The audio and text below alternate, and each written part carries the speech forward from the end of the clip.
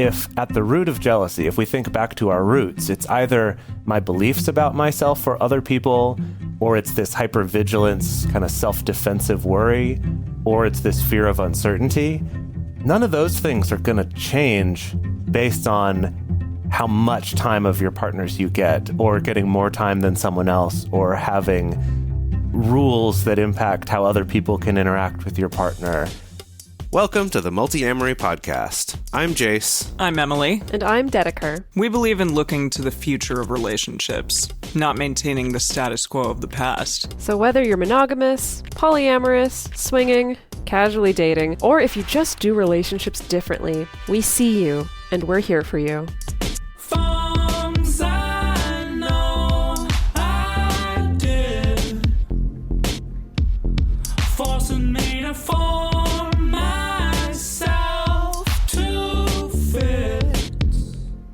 On this episode of the Multiamory podcast, we're dissecting the green-eyed monster. That's right, we're deconstructing jealousy again.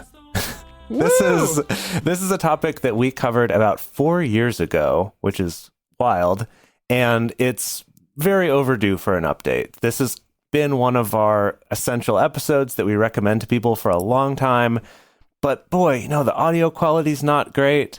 I don't think we had nearly as much experience and hadn't gotten as much feedback from our audience and things. So I think I'm really excited for us to tackle this topic again with our new selves. Our brand new selves. I think, in short, 4 years in podcasting years is like 50 years. Yeah, seriously. I feel like we're just older and wiser. At least older, and that maybe counts for something. I don't know. At least we've got a lot of these under our belt, over 300 now, so that's good. Yeah, but there's this Buddhist saying that today's wisdom is tomorrow's stupidity, and that may be true. I just think of that constantly. It's such a curse. A quick terminology note for this episode: while people will sometimes talk about jealousy versus envy, or talk about those words as if they're interchangeable, and in practical usage, they are. I'm someone who's more like, let's talk about words the way people use them, and not just going, well, a dictionary says it's this one way and not this other. But something we did want to clarify, that for this episode, I do think we're going to be focusing more on the jealousy side of things than the envy side of things. And what I mean by that is that jealousy, the difference is generally that jealousy is more about a fear of losing something, or maybe a fear of being left out, rather than envy, which is more of, I want something that someone else has, either because I want to take it from them or I just want to have it for myself. That's a little bit different. And envy, while it can suck to experience, doesn't tend to be as insidious or difficult to deal with, or as potentially dangerous as jealousy is. That more of that fear of losing something, or that fear of being left out. So how to define jealousy other than that very succinct definition it's like how that to you define just gave? love. Like, it's challenging. My experience at this point, I've done so many interviews. Mm-hmm. So many interviews with normies, where people ask the $1 million question about non-monogamy of like, how do you handle jealousy? What do you do about jealousy? And it's like these days I end up spinning off into this like deep philosophical like monologue about like, well, like really, if we look at jealousy, there's all these different composite parts of it. And like, so these days my struggle is more about like dealing with like, sadness or anger or trauma and just trying to, like I just go off into this big old monologue. And usually the person is just like, I don't know, I just wanted to hear that you were like an enlightened being who didn't feel jealousy. I didn't really come here for the philosophical monologue, but I really like this, that it seems like, Jase, you came across in certain scientific papers looking at jealousy, that it's sometimes defined as an agitated and angry form of worry. Yeah. And I thought that was interesting because it makes sense that there's a lot of similarity between worry and jealousy, right? Because it's about a fear of losing something or a fear of being left out. But that jealousy tends to have this more agitated quality to it. I don't even think it necessarily has to be angry all the time, because for some people it's more jealousy leads to just crying all the time. But I think agitated, that like very heightened, is a good descriptor of it. Kind of like anxiety inducing, maybe? Possibly. Well, I guess it makes sense. Is kind of anxiety or anxiousness, yeah. Because I can think about certain forms of FOMO that feel more like, oh, that's a bummer, or oh, that's kind of sad, rather than this kind of, this like agitated, unsettled feeling. But that could be the product of some social conditioning as well. So there's a couple different ways to like think about jealousy and look at it, like where does it occur within a relationship? And one model is the curvilinear model of jealousy. So it looks at jealousy as being most common in situations where there's a higher investment, but also higher uncertainty. So there are certain like relationships that kind of embody that sentence. Yeah, let's try to clarify through some examples. Yeah, exactly. So, okay, at the beginning of a relationship, there is generally more uncertainty, but there's also less commitment. You just are getting to know this person. Maybe you haven't gotten really invested yet, so the likelihood of jealousy might be lower. Maybe the two of you are seeing multiple people. Maybe, polyamory is what you're doing already. And so that's, you don't potentially have that intrinsic like jealousy occurring at that particular moment at the beginning of a relationship. And then on the other spectrum, in a really long-term relationship, I'm looking at you two, 7+ years, the investment is very high, but the uncertainty has kind of gone away. It's generally much lower. So there's also a much lower likelihood of jealousy in a situation like that. Yeah, definitely not impossible, but again, we're talking in likelihoods here. But then when we kind of look at the middle of this curve, so like a little while into a relationship, so your investment is starting to ramp up, especially if you're, escalating the relationship, or if it's escalating rapidly, which sometimes happens, that the investment is high, but the uncertainty is also high. Because maybe it's like still less than 6 months that I've known this person and I still don't know, are they going to be there for me or what kind of person they are? And it could be even higher if there hasn't been enough time to develop really solid communication and trust. And it's like, that's the point that they find where jealousy is much more likely, which makes a lot of sense. I think both thinking about my personal experience and, the experience of people around me, that the story that I often hear from people who are kind of more in the traditional dating scene, so maybe not necessarily the non-monogamous dating scene, people will be like, oh yeah, I'm totally fine to tell the person that I'm on a date with, like, oh yeah, we're seeing other people. We both know that we're both seeing other people, and that's fine. That's super cool. But generally you find that as you start to connect more with this person and time goes on, that phenomenon of like, oh, we're seeing other people and it's super cool and cash, becomes less cool and cash for people, I think, because of that kind of dichotomy of both the uncertainty being there and the investment rising. And this makes sense also when you think about opening up a relationship that has been monogamous, where even if you've been together for a really, really long time and you're at a point in your relationship where investment is high but uncertainty is low, opening up the relationship can suddenly inject a bunch of uncertainty where there wasn't there before, and it can be likely to feel jealousy. This is something that I've seen currently with people dealing with the coronavirus pandemic, where couples who were successfully non-monogamous and actually flourishing quite a lot in polyamory, suddenly when the whole world has all this uncertainty going on, that emotions get really thrown out of whack, and like jealousy and insecurity come up out of nowhere in really unexpected ways. That's a really interesting point. Yeah, I like this model. I know it's, like a lot of models, not perfect and not airtight, but I think that makes a lot of sense for a lot of people's situations. And the reason why I wanted us to cover this in this episode is because I think it gives us some hope. And it helps give us a little perspective. So if you're finding that you're really struggling with jealousy, take a look at this and think, am I starting to invest a lot more in this relationship? Am I pretty invested in this? Okay, yeah, I am. But there's also a lot of uncertainty right now, and realizing maybe that's just because it's new. Or maybe that's because we've just opened up and that's new. So in both cases, it's kind of new, and we haven't built up just enough experiences to know what to expect from ourselves, what to expect from our partners, what's normal in the world of non-monogamy or something like that, or just in this particular relationship if you're not non-monogamous.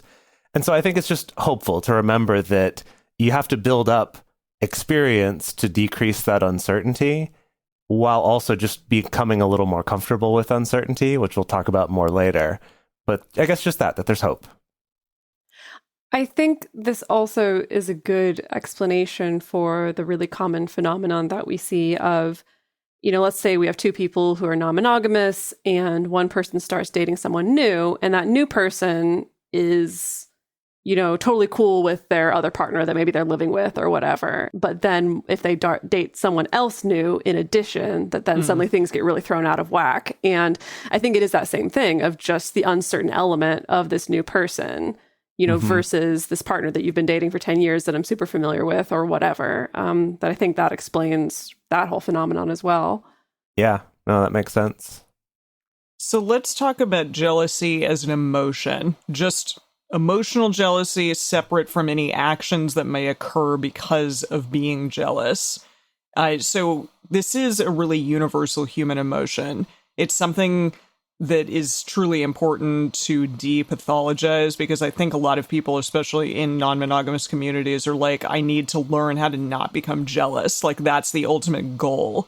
But it is a thing that even really seasoned people in the community are going to feel from time to time. Absolutely. So a lot of the problems of jealousy really stem from those actions that we take, like the ways in which we choose to deal with it, because sometimes they're not very healthy. So a lot of the common ways to deal with jealousy are actually more likely to increase the suffering of the person doing them. And that leads to deeper and deeper problems. So we need to learn, like, how we learn to do things at work, or like figure out our jealousy in social situations, things like that. We need to learn how to deal with our jealousy in more productive and healthy ways. Yeah. So let's talk about that. Yeah, let's get into it. So we're going to start this episode talking about the pillars that jealousy is built on, or maybe the roots of jealousy. So I've put this together from various different studies and ways that people have looked at the causes of jealousy. And I've broken this into 3 categories here that we'll talk about. And then in the second half, we're going to look at 4 categories of ways that jealousy shows up. So we're going to first talk about the roots of it, and then some ways it shows up, as well as some unhealthy and healthier ways of dealing with it. So, okay, the first of the pillars that jealousy is built upon are our beliefs. And there's 2 parts to this. One is harmful beliefs about yourself or about others.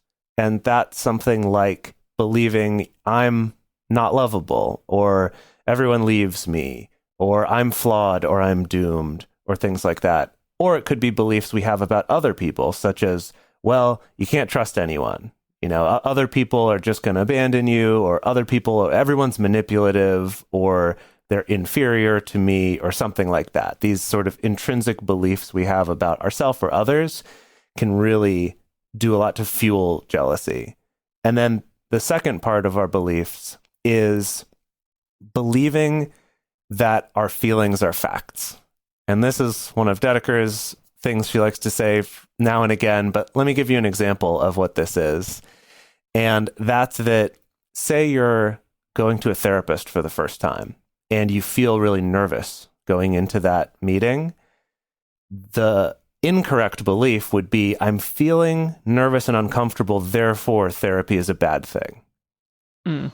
As opposed to... a logical fallacy. Right, it's a logical fallacy, exactly. As opposed to, oh, I'm going to therapy and I'm nervous because I must be thinking or experiencing some things that make me nervous about that situation, right? There's just a subtle difference there, but it's actually a very large difference. And if you think about this with jealousy, it's like, oh, well, if I feel jealous, it must be because there's a reason to be jealous. That same sort of thing can lead to that cycle. Or I feel uncomfortable, and that's intolerable, right? If something were good, I would never, ever feel uncomfortable, or I would never, ever feel scared. Yeah, so the other pillar that jealousy is built on is hypervigilance. I think initially, Jase, you also wanted to call this defensive worrying, which I liked. I think that really hits the nail on the head. And I really resonate with this one. It's kind of this idea of, if I'm hypervigilant, it's going to help me catch the painful thing before it hurts me, or it's going to help me prepare for the worst. It's this idea of, if I can obsessively think about or worry about every single possible situation or every single possible way that I could get screwed over here, that's going to protect me. And this belief that if I let my guard down, then it's just going to be worse. If I let my guard down, I'm definitely going to get hurt.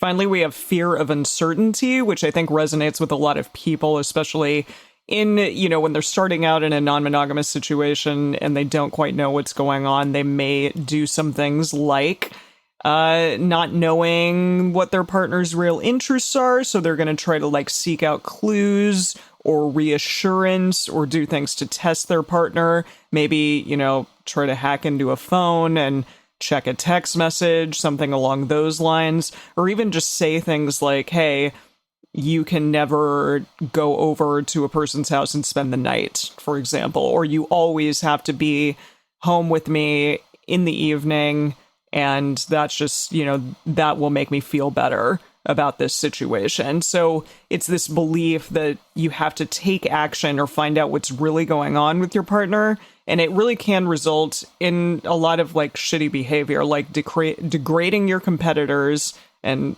we say competitors that's in quotes, yeah. Yeah, in quotes, because just that idea of seeing any other person that might be vying for your partner's attention as a competitor. Doing things like surveillance on your partner. I've had that happen to me. Threats to leave, or, having infidelity, or, even if you're in a non-monogamous situation, you may find some form of infidelity just to try to feel better. And it can be a result of that jealousy. Yeah, it's like this self-defensive infidelity that came up in some of these studies, which was basically this idea that, well, I need to protect myself from how hurt I might be if my partner were to cheat on me. So I'm going to hedge my bets here, and I'm going to cheat on them first. Or I'm going to keep something going over here just so that I'm not as vulnerable to them, I guess, is the thinking. With these three pillars, I just want to make a note here. First of all, I don't want, again, in the interest of, like we said, depathologizing jealousy, first of all, I don't want anyone to internalize this idea of oh, you have these bad beliefs. Oh, you're just too hypervigilant. Oh, you have this fear of uncertainty. You need to get over all these things and then you won't be jealous. First of all, I just want to put out there that having some harmful beliefs about yourself, worrying and being afraid of uncertainty is super duper normal. Everybody goes through those things. And these are all three things that can be intensified if you have any particular trauma or pain points or relationship baggage around these things. So again, really want to undo this kind of narrative of oh, you're a jealous person, you need to get over it, or you need to just deal with your insecurities or whatever. That it's these things, the beliefs, the hypervigilance, and the fear of uncertainty, all soup's normal. Yeah, soup's normal. It's a good way to put it. And the other thing, too, that came up in a lot of the research that gets reiterated over and over again is this idea that we evolved to experience jealousy because sometimes in some situations it is helpful to us. And I think that is an important thing also with depathologizing it, is that jealousy in itself isn't bad and the feelings aren't necessarily wrong. And jealousy itself isn't even necessarily harmful. It's when it gets out of hand and when we take actions that actually make it worse or harm ourselves or others, that's where it becomes a real problem. So yeah, it's not as I think Emily and Dedeker have both said earlier, the point is not to eliminate jealousy, that you'll never ever feel it, but just to find a better understanding of yourself through it and healthier ways of handling it when it does come up so that it's not negatively affecting your life. Now we're going to get into 4 major categories for ways that jealousy shows up in your life and talk a little bit more about some unhealthy and some healthier ways of dealing with each of those. But before we do that, we're going to take a quick break to talk about how you can support this show and help keep this information coming to all y'all out there for free. So we've broken down into roughly 4 categories of the ways that jealousy can manifest as far as influencing your behavior, your actions, your thoughts, things like that. And the first thing that we're going to talk about is comparison. So, this involves something that we all do, which is comparing the best parts of others to the worst parts of ourselves, or what we perceive to be their best parts. Comparing the experience of others as we imagine them versus our own real life experience. And as we've talked about on this show many times before, social media specifically is a big influence on our ability to do this. Our brains are already kind of wired to want to do that. And then social media makes it even worse by the fact that people are encouraged to really specifically tailor and curate showing the best parts of themselves or the best parts of their experiences. And it can really take that whole dynamic and just dial it up to 11. Yeah, and specifically with social media, there's often just enough lack of information that your mind gets to fill in all the rest of it, right? That's an interesting point. Yeah, just this idea that you're getting what seems like a lot of information about other people's lives, but you're missing all of the real details, all of the actual stuff that you might get, even if they told you the same thing in person, that you'd be able to pick up on from their body language or their tone of voice or asking questions, that all that's missing. And so our imaginations just get to go hog wild. Mm-hmm. Yeah. So the unhealthy ways that we can, manifest comparison in our lives essentially are things like, first of all, there's just that of just having that really unhelpful thought space of really, really playing up your own terrible qualities in comparison to somebody else's fantastic qualities. Or we can kind of go the opposite way, like we can compare ourselves to someone else in a way where we're really trying to build ourselves up and put the other person down. And sometimes the way that I've seen this show up is by, talking to your partner about how crappy their other partner is, or how there's nothing of value in the relationship that they have with that person. That's another way that comparison can show up in a bad way. We can also enact kind of crappy things like vetoes or rules or means of trying to get control over someone that you compare yourself to, in order to kind of make sure that that comparison, I guess, stays in check and you can still feel relatively safe. So those are some unhealthy ways. Let's talk about some healthy ways that we can deal with this sort of comparison pillar that we're talking about here. So communicate. Just communicate that you need reassurance. If that's something that you need, communicate that you need more time with your partner. Or, I want our time when we're at home together and I see you going out on dates. Maybe I would love a date night myself once or twice a week, because I feel like we just get together and sit on the couch and that's not very special. So let's have a special night out a couple times a week. Yeah, I think also asking your partner for reassurance about your insecurities too, and not to say, okay, unhealthy version would be, tell me why I'm better than this other person. Or maybe there's a trait that they're very better than you. They're a lot better than you. They're very better than you. Right. Whatever that is for you, whether that's that they have more money or they could do more pull-ups at the gym or whatever it is. It's not to say, hey, partner, tell me how I'm actually better than them in this area, but instead to say, can you tell me what it is about me that's special? What are the things about me that you care about? Is a more positive way of focusing on your own unique traits rather than making it about a comparison in specific ways to someone else.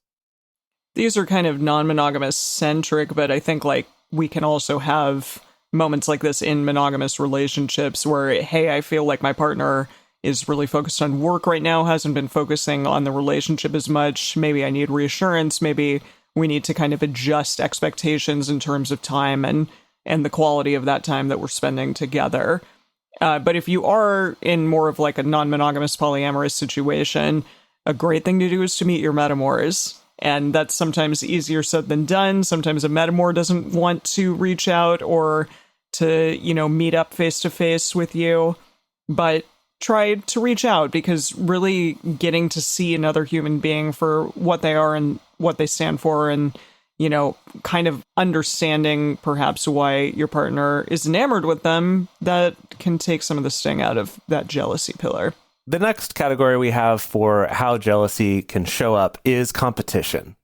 And comparison and competition are a little bit similar to each other in that they present themselves as this me versus another person kind of way of thinking. The difference here, though, is that comparison's more just about looking at my own traits and thinking, oh, I'm not as good as this other person in some ways. And competition can tend to focus more on this kind of zero-sum thinking. Like there's a limited number of resources and I need to have the most of them. And competition can even show up in areas where you already feel pretty good about yourself normally, but you can get kind of obsessed with this idea of I need to completely dominate, or I need to put the other person down lower so that I know that I'm the winner in this category. It can get into some really negative stuff in the ways that we treat and talk about other people. And so it's definitely a big one to look at. And it can show up in fairly commonplace ways, like how much time we spend together. So this is something that, when Emily was talking about in comparison, asking for what you need, whether that's more quality time together or something, that can be really good. The dark side of that, though, is when it becomes part of this competition jealousy of I need to have more time than someone else and then I'll feel good. It's like this idea of if I just win somehow in this area, that then I'll feel good. And it doesn't actually lead you to feeling better. Yeah, that's kind of an example of an unhealthy way of dealing with this competition section. Maybe you're just booking more time with your partner. You're saying, okay, I need to see you at least 4 times a week because I'm top of the food chain here. And so I'm the one who gets the most time with you. And I need to take it away in some way from the other people in your life. Or maybe you're making rules to enforce a hierarchy. I'm your primary partner. That means you don't get to do X, Y, and Z with your other partners. And I get veto power over everything because I'm your primary. Something along those lines. I think it's worth pointing out that all of these actions come from a desire to deal with the jealousy, but these unhealthy ones actually will make it worse.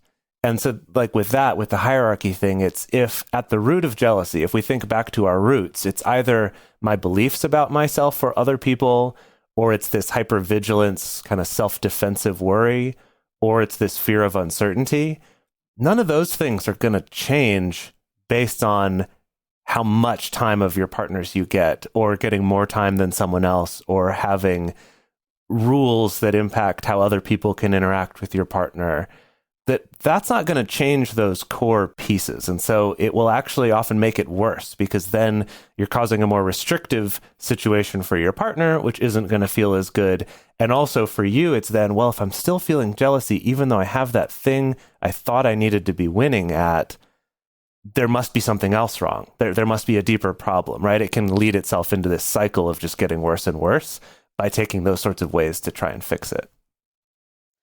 Well, I mean, but it's interesting that you talk about people kind of landing on that, because that's not necessarily wrong. Like, I mean, my whole thing is like, jealousy acts as almost like an X-ray or like a signpost that can guide you to the fact that like, oh, there's something underneath. Actually, there's something deeper that either is wrong or something that I'm longing for or something that I need to deal with. But I guess what you're referring to, Jase, is more of thinking like, oh, I need to find more and more ways of like controlling or grasping for what I need. Like, is that what you're talking about? Yeah, I think that kind of like we talked about before, that jealousy itself isn't bad.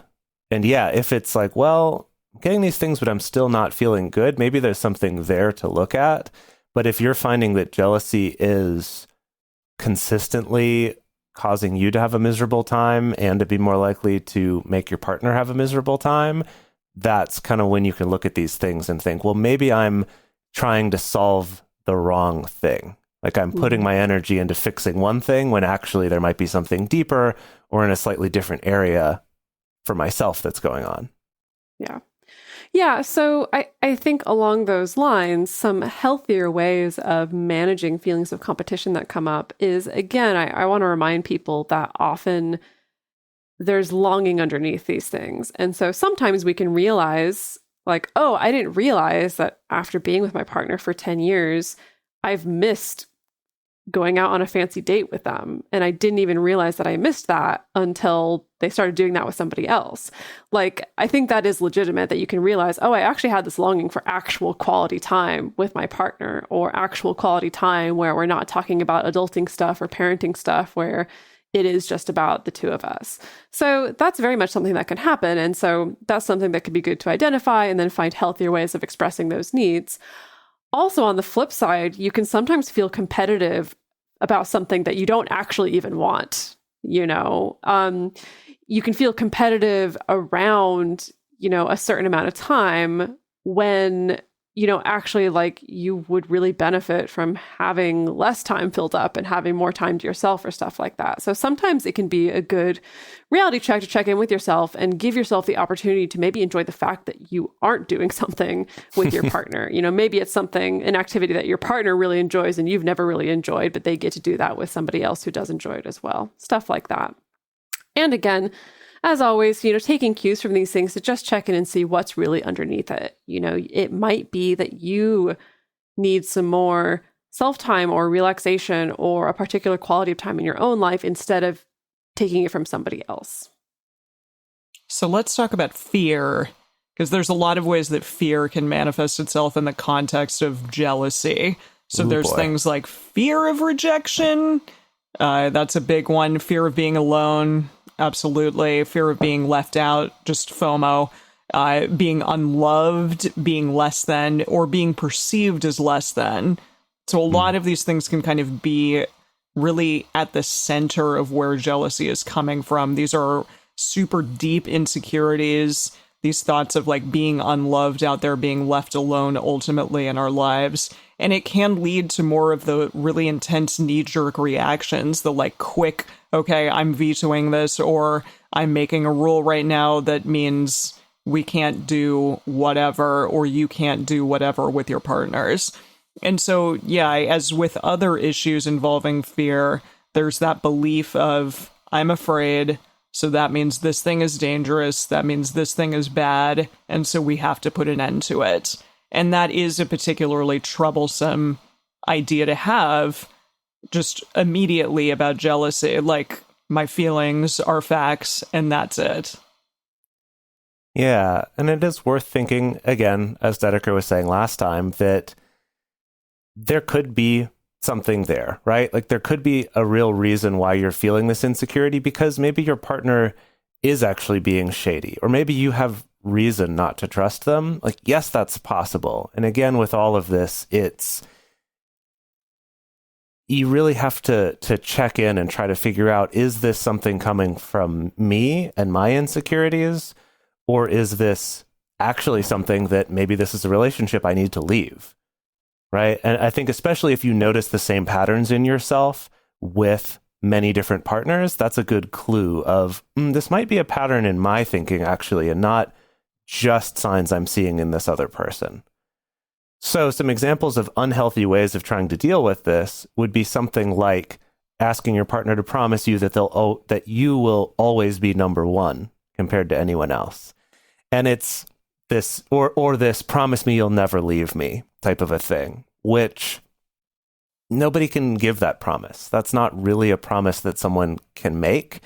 And, we're scared of that uncertainty. And so we want them to just tell us that, but you're really not addressing the actual issues underneath it, those beliefs maybe you have about yourself or about other people, or demanding that you close your relationship.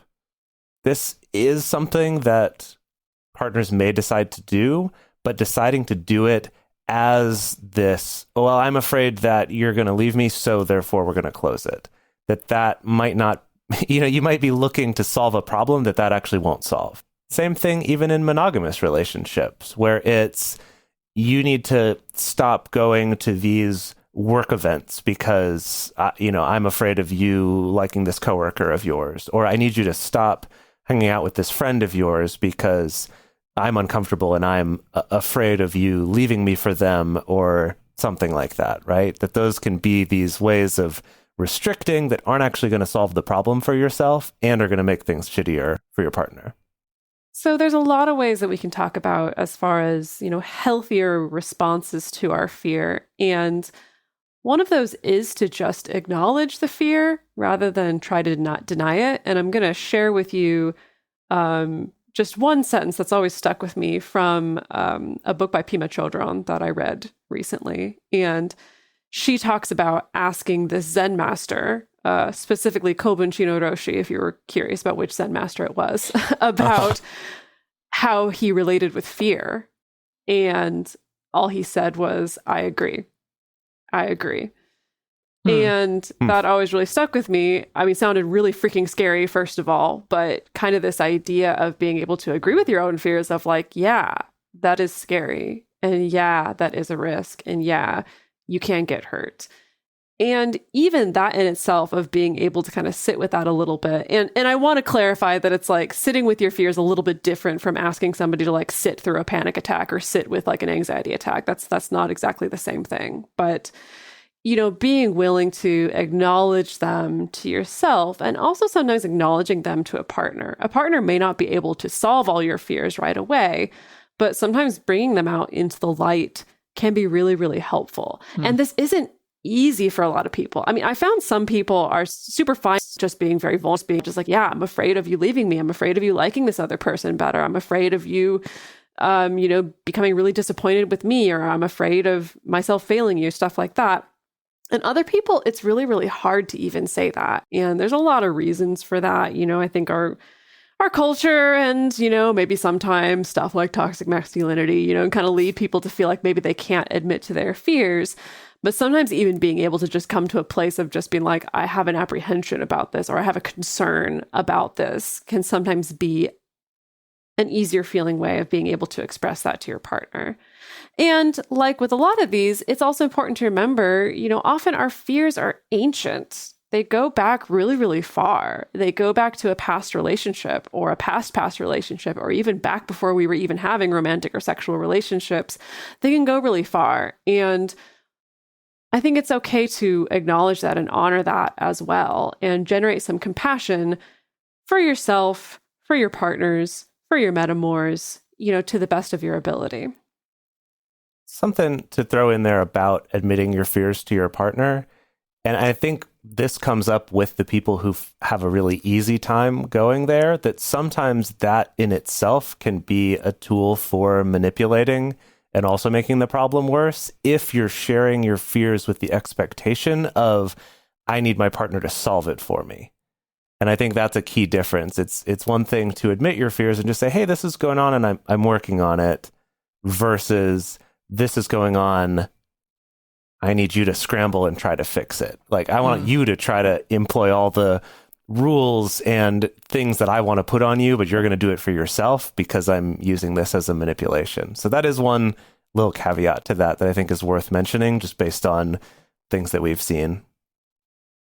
So the last way that jealousy manifests itself, not the absolute last way, but the last one that we're going to talk about, is loss of control. So this is this inability to accept that your partner is an independent person and that they can make choices that are independent of you and what maybe you want for them or what you think is best for them or best for your relationship. That doesn't always go together. Those things don't, and that's okay. So it may include a fear that your partner won't care for you if they're free and uncontrolled, or it grows out of this idea that nobody is going to love you and stay with you if they had another choice. And again, I think a lot of people who are starting out in non-monogamous relationships, or even who are in monogamous relationships, they have this idea that like, hey, I have this fear that my partner's going to leave me, or I have this fear that my partner's going to meet someone else that's better than me and decide, you know what, fuck that other person. They suck in comparison. That's a really universal thing, I think, for everyone in whatever type of relationship configuration you're in. Yeah, and like you said, Emily, that idea that if my partner had free will, if they had their choice, clearly they wouldn't stay with me. Which yeah. If you stop and think about it, is a pretty problematic belief to have. And a lot of people have it, and it is very difficult. I've definitely felt that way. Yeah, I used to feel that way about, a lot of partners that I've had. Yeah. And I don't know. It's a really like debilitating place to be in a lot of ways. So yeah, let's talk about some ways that can manifest. Yeah. So, I mean, whenever we're feeling loss of control, generally as human beings, it's such a disorienting feeling. And often it can manifest as essentially, the phenomenon of like when you're falling off a cliff, you literally grab onto whatever it is that you can grab onto, sometimes completely from a knee-jerk place without even thinking about like, is this the thing that's actually going to support me?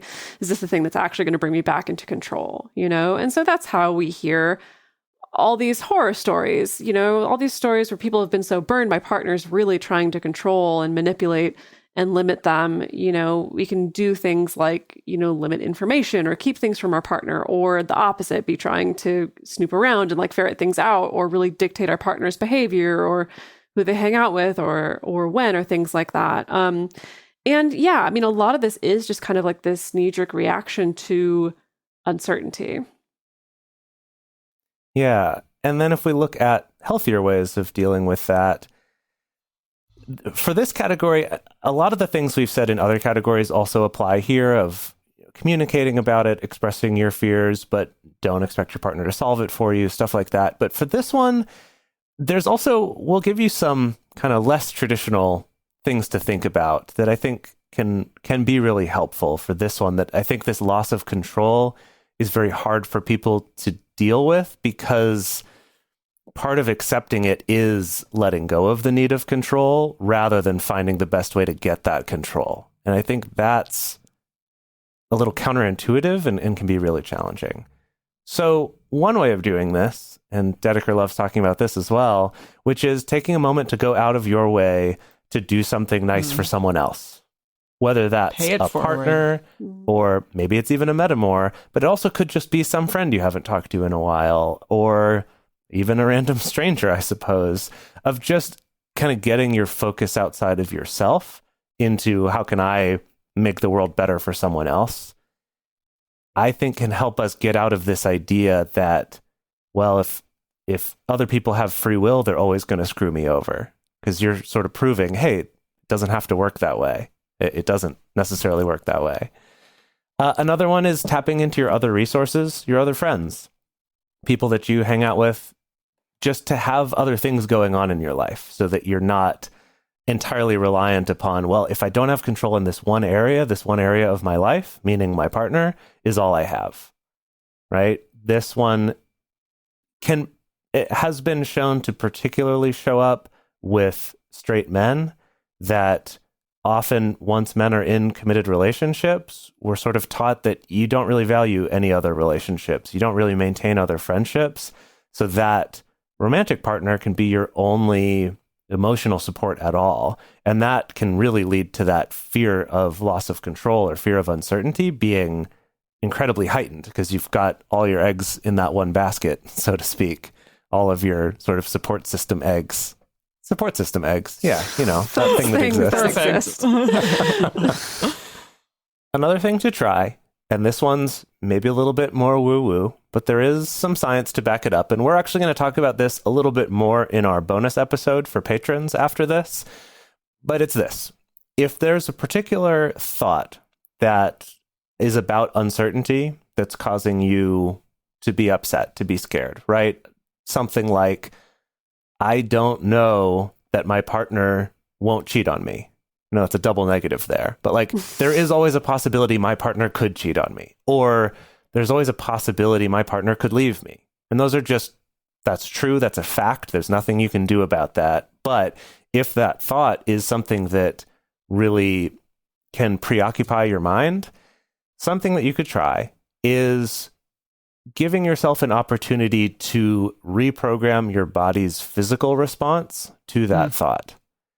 And this can look a lot of different ways, and you can find therapists who can help do this in a much more structured and controlled way, especially if this is a very serious anxiety that you have.